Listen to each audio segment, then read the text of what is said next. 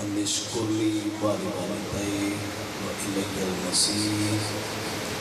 صدق الله الذي وبلغنا رسوله النبي الكريم الأمين الرؤوف الرحيم. سمیع محتشم، جس طرح آپ سب آباد جانتے ہیں، آج کی پروکار عظیم محفل عاشق رسول منبع جود و سخا الحاج حاجی محمد یوسف صاحب رحمۃ اللہ تعالیٰ علیہ کے اصال ثواب کی محفل ہے. اس حوالے سے میں صرف دو حدیث طیبہ اتفاق کروں گا. اللہ کریم نے والدین کیا عظمت عطا فرمائی ہے. نبی رحمت سید عالم صلی اللہ علیہ وآلہ وبارک وسلم کا فرمانے عالی شان ہے، رغم انف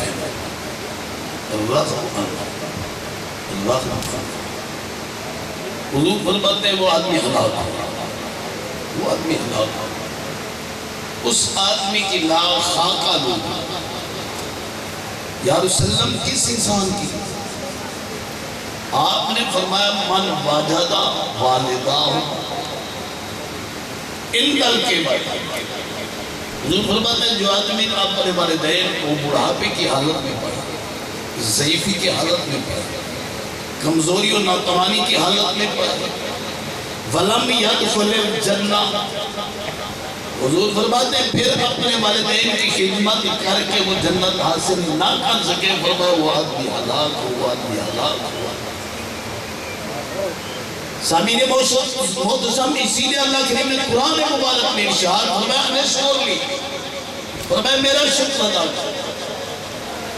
والدین فرمایا اپنے والدین کا بھی شکریہ ادا کر. کیوں؟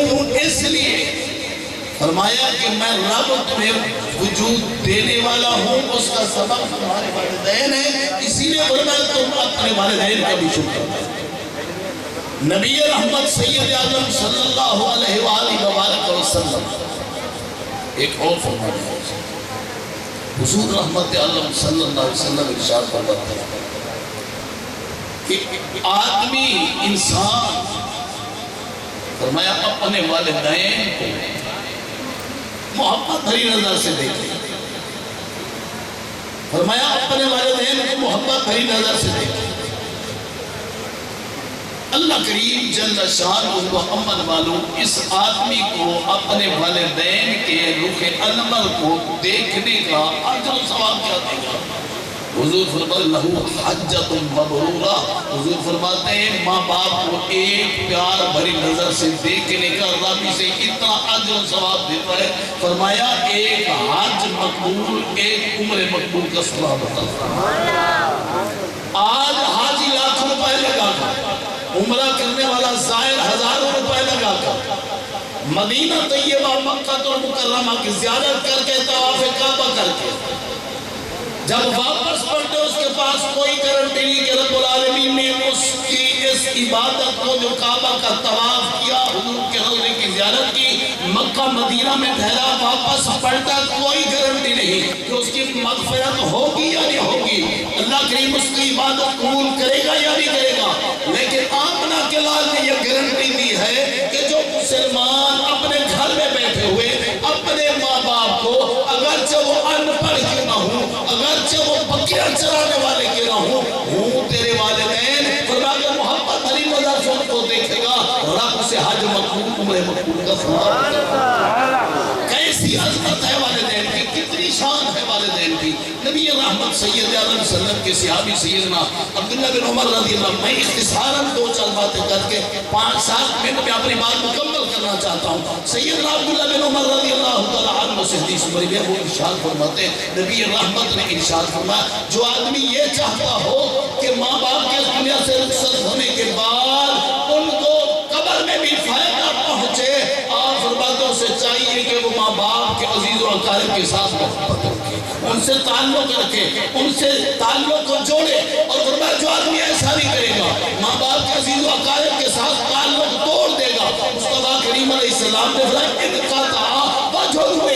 फरमाते हैं रब उसके चेहरे के नूर को खत्म कर देगा, और जो अपने वालिदैन के चेहरे, अपने वालिदैन के अजीज व अकारिब के साथ ताल्लुक को जोड़ेगा।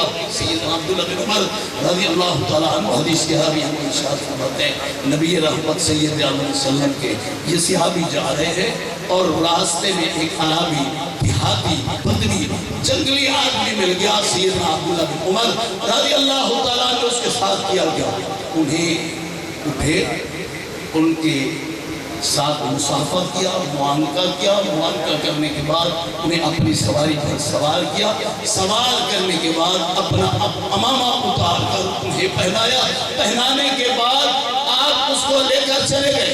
किसी ने सवाल किया कि हजरत बात यह है, ये देहाती आदमी है, थोड़ी सी इज्जत तो की, आपने इनको सलाम कर लिया, ये इतना ही काफी था। आपने कहा तुझे पता नहीं है ये वो आदमी है जिसको मेरे बाप सैयदना फारूक आजम से मोहब्बत थी, उनसे याराना था, उनसे ताल्लुक था।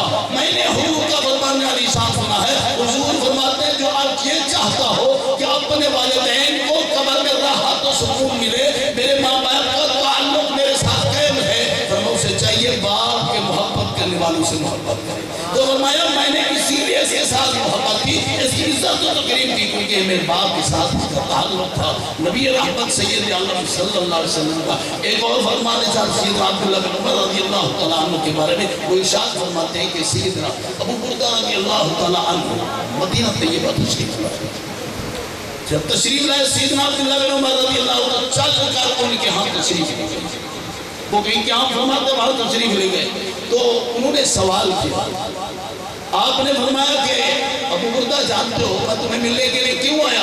उन्होंने कहा मुझे तो पता नहीं आप क्यों मिलने के लिए। फरमाया मैं इसीलिए मिला। हुजूर फरमाते हैं जो चाहता हो कि अपने माँ बाप को काबिल में वो सलूक मिले, वो मोहब्बत मिले, तो फरमाया इसीलिए कि मोहब्बत और सुकून मिले, आराम और राहत मिले, तो फरमाया वो अपने वालिद के ताल्लुकदारों के साथ ताल्लुक रखे। फरमाया मैं इसीलिए तुम्हें मिलने आया कि मेरे और तेरे वालिद के दरमियान भाईचारा था, ताल्लुक था। फरमाया मैं उसी को मुकम्मल करने के लिए। आखिरी हदीस तैयबा नबी रहमत सैयद आलम सल्लल्लाहु फरमाते हैं दखलतुल जन्नह, मैं जन्नत में दाखिल हुआ। फसमिअतु क़िराअतल कुरान, हुजूर फरमाते हैं मैंने कुरान पाक के पढ़ने की आवाज़ सुनी। हुजूर फरमाते हैं जब मैंने कुरान पाक के पढ़ने की आवाज़ सुनी, मैंने आले जन्नत से सवाल किया, पूछा कि ये किसकी आवाज़ है? काल, उन्होंने कहा हारिसा बिन नुमान या सल्लम, ये आपके सहाबी हारिसा बिन नुमान की आवाज़ है कुरान पढ़ने की। कुरान मक्के में पढ़ रहा है, कुरान मदीने में पढ़ रहा है, आवाज़ उसकी जन्नत में जा रही है। जन्नत कहाँ है? अर्श के करीब है। तो फरमाया वहाँ उसकी आवाज़ जा रही है, जन्नत में उसकी कैसर जा रही है, वजह क्या है? हुजूर ने पूछा, मैंने सवाल किया कि इसको रब ने इतना बुलंद मर्तबा क्यों दिया? वालिदैहिमा या रसूलल्लाह, बात ये है कि अपने वालिदैन के साथ बड़ी नेकी करता था, बड़ी भलाई करता था। रब ने उसका इसे अजर यही अता फरमाया कि रब ने उसके कुरान के पढ़ने की आवाज़ को जन्नत में नाफिज फरमा दिया।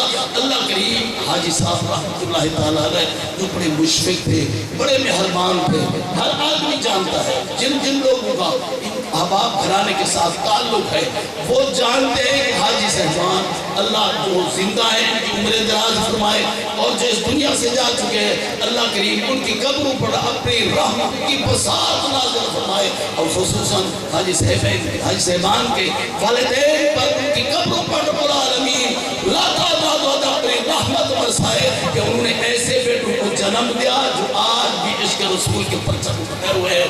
आमीन सुम आमीन।